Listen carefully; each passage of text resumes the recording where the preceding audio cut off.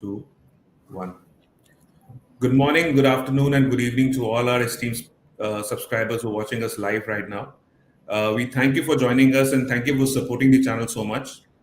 So before starting the vlog, we would like to mention that this particular vlog is only meant for educational purpose. We do not recommend any individual or a corporate. We always suggest that you do your due diligence before making any kind of investments. So we welcome you for another session, which is the session 7 of season 1, International Citizenship Talk. We have a very special guest with us, Ms. Shalini Lambah, who is the Chief Executive India for Migrate World. Welcome, ma'am.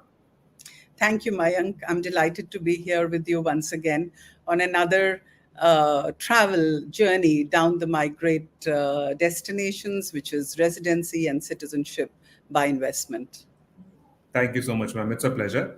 To start with, it'll be interesting for our audience to know more about you, as in what exactly you were in different roles before, as we discussed also previously. So, right. So, a warm welcome to our audience. I'm delighted to be here with you this afternoon to share our journey on the migration trends globally. For about 35 years, I've been with the aviation, travel, and tourism industry. I think that also we started when it was at its nascent stages, and very happy to see the way it's become such a robust industry today. I worked with airlines like Singapore Airlines, Gulf Air, KLM, Air France. I was last commercial head of Scandinavian Airlines in India, and I would call it an enchanting journey with a lot of learnings, giving you a global prospect. And that is what brought me to Migrate World. Once I had sort of left the tourism industry and the aviation industry, I got this opportunity to work with Migrate World in India and carry them into India, and also see how we could promote them here. Seeing the potential in India for a nascent product like residency and citizenship by investment, I found it very interesting. Mayank, I just thought that this is the right time, the potential is ripe, and the world is going global. So each one of us today needs to be a global citizen. And that is what made me look at this very seriously and get into it. And I've really enjoyed every part of it till now. Fantastic. So you have used a term called global citizen. It's something which is being really the talk of the town as of now. So just want to Absolutely. understand more about that. What exactly you mean by global citizen? What benefit it comes with along with being a global citizen altogether? So, Mayank, all this while we've been, I think, chartered by boundaries. Boundaries have played a big role in our lives, and we've not been able to go beyond boundaries in exploring. Our lives can become so much more better, fruitful, and we can add so much value, not just to ourselves, not just to our services, not just to the work that we are doing, but also to our families. Global citizen is one that has the freedom to be able to visit countries without any restrictions, be able to do business without any restrictions, no currency restrictions, no restrictions of borders, being able to give your family and your children the education that they desire, wherever they desire it, opening up opportunities, work opportunities globally, as well as ensuring that you have a better lifestyle with great healthcare services available. Interesting. So specifically from Migrate World's perspective, what all services do you offer for our audience? So, at Migrate World, let me just tell you a little bit about Migrate World. We actually are a global organization, which came about in 2007, and we help high net worth individuals and we support their gaining of citizenship or residency by investment in a number of countries, a number of nations like United Nations, the European Union, the Caribbean, the Middle East, and North America. So we actually we help our clients to be able to simply traverse boundaries and enjoy the same advantages and possibilities that a lot of people around the world have been able to enjoy and have been lucky enough to enjoy. We like to think we are not just in the citizenship and residency by investment, but we are in the business of building relationships with about, you can say, 40 plus locations globally, all with senior consultants and legal, 17 languages covered. We've serviced over 10,000 clients in the past so many years. We do believe that our mission is to deliver first class citizenship and residency to all our investors by doing things differently. And I would like to add here, Mayank, that we are renowned for exceeding our clients' expectations because we realize and we recognize that every client situation is unique. True. Another thing is that, our values set us apart from others operating in the same space. The standards by which we operate are based on the interests of our clients, and for us, trust, integrity plays a very, very big role, and we apply the values of respect in all our relationships with our customers. So, Fantastic. other than residency and citizenship by investment, we also help people globally who are looking at company formation, real estate, or any legal assistance that they may want. Because once our clients become citizens or residents of a particular country, we do help them in settling down there. There are lots of things that they would require, assistance that they would require. So, like I said, today we don't just have clients, but we have global friends around the world. Fantastic, fantastic. So, say for example, if somebody comes to you and say, "Ma'am, I have decided to basically move on, and I have certain sum of money which I want to invest." Of course, that varies from different program to program because some investments are pretty high, some are pretty low, and some are moderate enough to take things Right, forward. So, how right. do you finally come to a conclusion and suggest that okay, this is the best option for you in the market? You either go for this kind of an investment or go for real estate or go for a business acquisition or mergers and acquisitions, which is again one of the part of the residency and citizenship investment mode. So can you throw some light on that too? Yeah, interesting question, Mayank. What is very important here is to understand that we are advisors and consultants. So when somebody comes to us with a dream or a need to be able to go and settle somewhere outside, it's very important for us to understand what exactly is their goal. What is their objective? What is it that they're looking at? Understanding of that and creating a relationship with the client makes it easier for us to guide the client onto the right platform. So, first, we need to know what is the goal. Then, we need to know what is the timeline that the client is looking at to achieve this goal. And thirdly, what are the finances that are available to the client to be able to invest in themselves for a residency and citizenship outside. Once we have these three, then there are lots of other things that we need to look at. And one of them is that, we need to do a due diligence on the client. Due diligence plays a very important role here because we are trusted by the governments of the various countries to represent them and to be able to bring the right people into the country. And hence, we do a due diligence on the client, which takes about 2 to 3 days. Once we've done a due diligence on the client, then we, counsel them further on the sort of documents that are required, etc. I forgot to mention, Mayank, in the initial consultation, a lot of advice is given on the benefits that the client can achieve by going to a particular country versus another country.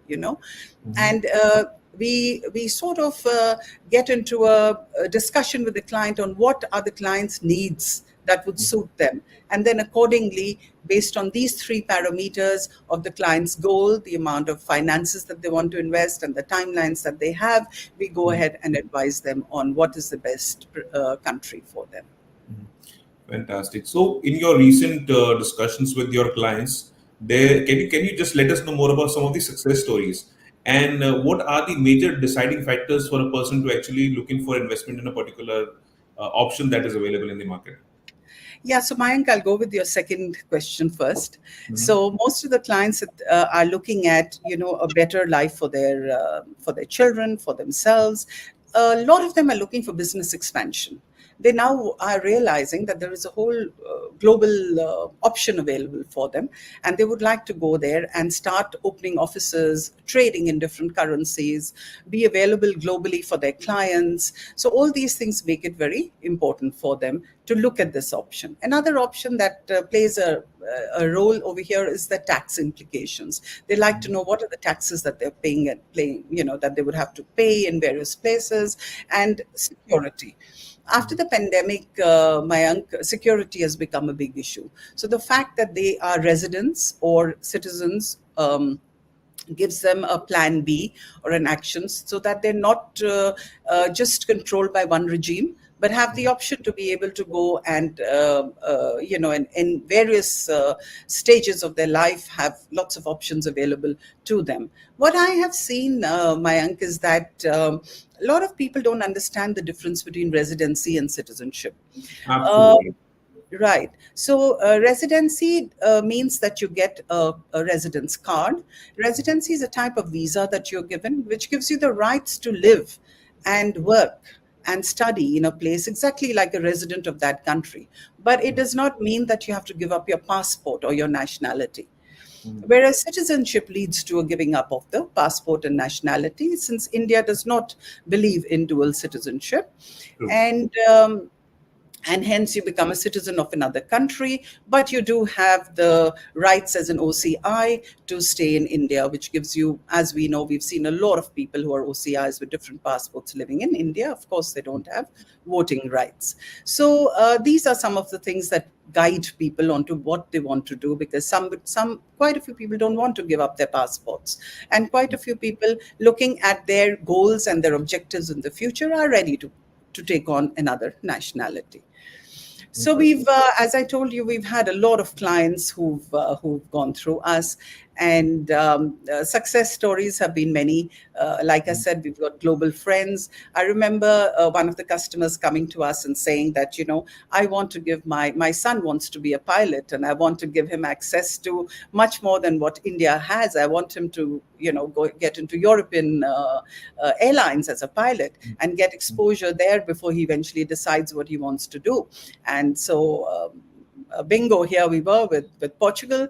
And since they had planned in advance, planning needs to be done in advance. And I'd like to go, of course, here and tell you that normally we find a lot of students, children, collegiates who actually influence their parents in working faster and earlier, so that they can look at a brighter and a more global future for themselves. So to come back to the story, yes, eventually PR of Portugal, and then citizenship, and bingo, here we are flying all the European airlines. So these are some. Then there've been quite a few clients who've been wanting to get their children to study abroad, and I know one client who has 3 children and was very keen to either go to the US, which is a primary, they have the primary, the most popular colleges. But Canada came a fast second. And the children were reaching the age of, one of them, the eldest, was reaching the age of 19 already. So they were very keen to get a PR. And they had, explored other options like student visa and work permits and all sorts of things for themselves.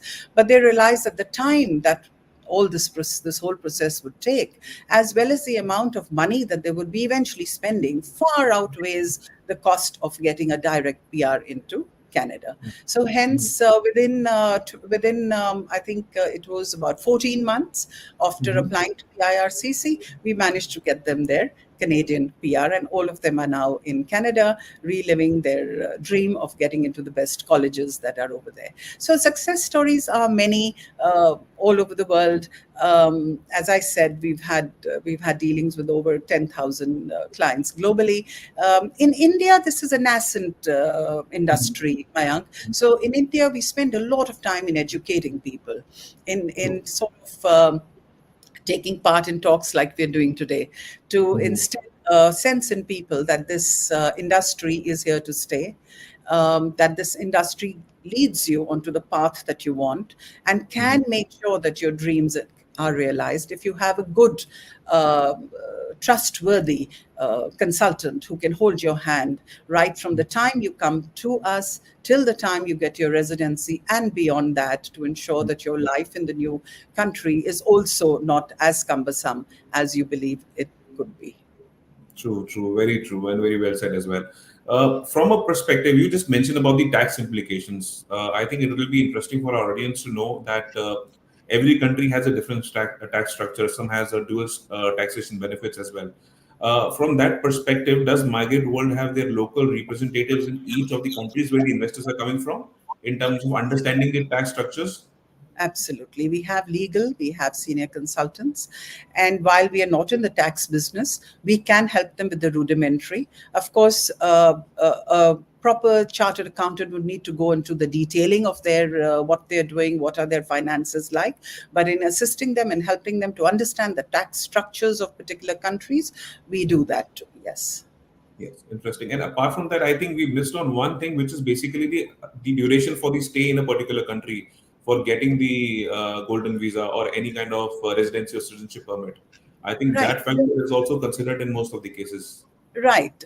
Again, like I mentioned, people who don't know the difference between residency and citizenship, residency gives you a lot of, relaxation in terms of being able to spend as little time as 7 days in a year in Portugal, or not spending any time at all in various countries. The countries that are open to residency right now are Portugal, Greece, Malta. We have, all these countries are doing very well right now. We've Mhm. had a bit of a turbulence last year in terms of these programs. But again, as I said, this is a nascent industry.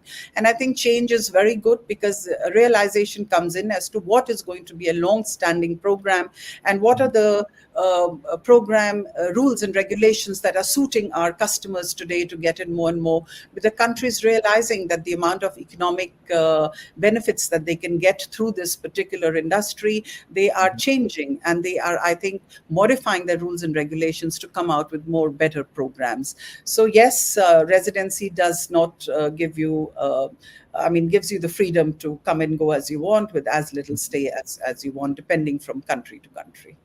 True, true, true. Apart from that, when you meet clients, multiple clients in a year, there'll be a lot of common questions which comes to you. So I think from our audience perspective too, it'll be interesting to understand about those questions because that could be the similar questions they also have in mind. So if you can just pick and choose a few FAQs that you have, and we can just discuss that right away. Right, right. Yes, interesting, Mayank. There is a myth in people's minds that it's very expensive to go in for a citizenship or a residency program, which is completely untrue. There is a myth in people's minds that it's very long and very complicated and it'll take a long time, which is again untrue. As we know, we there are countries that give you residency in 3 to 6 months. There are countries that take about a year to give you residency, which is nothing compared to the fact that over here, if you want to even shift your house, it takes you that much of time to be able to shift from one city to another. And like I said, you need to have a robust, trustworthy consultant with you to be able to guide you properly through this whole process. Um, so these are the two very, very common myths. Most people think and they believe that it's very expensive and it's very cumbersome. And they're also not very sure about this change of status, like I mentioned. What are the benefits and privileges that they can have in that country compared to whether they can still continue living in India? These are the few questions and answers that we get very often. Of course, we need to be very, very particular when we're speaking to clients about their criminal. There should not be any criminal cases against them. There should not be any visa refusals. If they are, then what is the reason that they were given? All these sort of questions are also asked and answered during the first when we try and qualify the client to go ahead with us for a particular program. Mhm. Um, a lot of clients also feel that when I go to another city, how will I be looked at? Will I be able to, get place to stay? Will my children be admitted into those particular colleges and schools? So with our experience over time, we are able to answer all these questions for them. Interesting. I'll ask you one tricky questions. Did you get an opportunity to say no to somebody who came with a lot of hopes to you? I mean, they had the funds available with them, but they were not able to qualify as per your guideline or standards. Yes, Mayank. Unfortunately, we have had cases like that because we have to be very, very diligent in our, in taking up a client, and we need to be sure that they meet the requirements that that country is looking at. We are here Mhm. representing the countries. While we represent the countries over here, we're representing the clients to the countries. We need to be very careful that we send the right sort of clientele, and that is exactly why for over so many decades we've been existing with great relationships with the countries. So yes, unfortunately, we've had to refuse people on certain diktats in either their backgrounds or where we found that they did not meet the requirements that we have, the stringent requirements that we have on due diligence. Mm. Okay. So, what's the way out? I mean, specifically, if somebody comes to you, how do you do your due diligence before he does it by himself? In terms of checking his credentials, do you have, again, local agencies working with you for checking their profiles as to what their backgrounds are in case they have any kind of criminal recordings or anything of that sort? Yes, along with that, we have to check.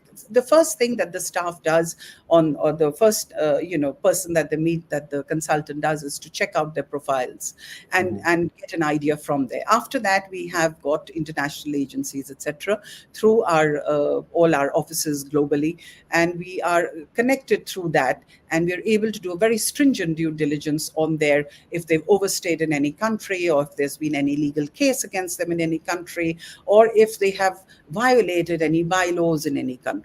So we're able Mhm. to do that in about 3 to 4 days. It's not a very long process, and we offer this to clients. We don't charge for it, is what I'm trying to say, because it's Okay. very important for us to ensure Yes. that the due diligence is absolutely at par with what the client and the industry needs at this particular time. Very well said. Now, this was from the perspective of Migrate World. Now, from the perspective of the audience who's actually looking for investments, can you give some checklist for actually following a due diligence process for them so that they can take a more structured decision and a more wise decision with all the check boxes ticked well in advance? Right. So, Mayank, most of the countries do ask for a language preference. So it's beneficial if the client has good English speaking. They Mhm. also need to have a certain amount of net worth, because we want to be very clear about the fact that when the person is going into a country, he has a stand up. He has some funds in at the back also, not just what he's investing into the program, but also funds to take care of his initial stay and his initial requirements over there. Along with that, of course, the criminal, Mhm. the police clearances, to ensure that they have a clear police record wherever they've stayed for more than 10 years. Mhm. Also, one place where I find people who are over the age of 50 stumble is birth certificates, because there was a time when birth certificates were not Okay. really popular, they were not given out. So that is where we guide them how to go onto the government portals and the government people in there, wherever they are staying in their cities, and we assist them in reaching out to them through their school certificates or their college certificates, and get Mhm. out their birth certificates through the government portals. So these are the few things which are extremely, extremely important. Of course, if they have a business background, then it's important for us to know what business they are in, and how long has it been in existence. Is it an established business? And what is it that they're doing in their business? And then, of course, the normal rudimentary details of the family. Interesting, The interesting. Yeah, marriage, children, where are they, how are they studying. So like I Mhm. said, we form relationships. Mhm. Mhm. This is the way True. that we form relationships with our clients. Exactly. And I think the referral business is the best business when it comes to any business in the market right now. So Well, it's yes, more. Mayank, sorry to interrupt you. While referral works very well, we've made great friends through our lead generation programs too. And people who are genuinely interested in and have the background to be able to go and make a success for themselves and their family are a great audience and a great client. True, true, true, true. So before we conclude, a final piece of advice for people who are actually looking for residency and citizenship by investment. Mayank, the way the world is going today, the Mhm. changes that are happening all over, I always tell my clients that if you've decided, you have the funds, and you're sure that you want to do it today. Become a global citizen. Because the world is eventually looking towards globalization. If you're not a global citizen, then you will miss out on a lot of things like we had mentioned earlier, travel, business propositions, schoolings, healthcare. So if you've decided, go for it now. Don't Well, wait. well said. Well said. Thank you so much, ma'am, for being with us. It was wonderful talking to you. You have really touched few points which were missing in our previous vlogs. Also, like language was something which was never spoken about in the due diligence process. So I think that's a very, very valid point taken, and I think our audience must have got a lot of takeaways from this discussion too. So yeah, thank you once again, and I would request. All, and I would request all our viewers to kindly do subscribe and like this page, and also kindly press the bell icon for more such interesting videos. And we look forward to meeting you again in person very soon, ma'am. I would love that, Mayank. As usual, it's a pleasure to connect with you. And thank you to the audience for taking the time out to be here with us this afternoon. Thank you Thank so you. much. Thank you.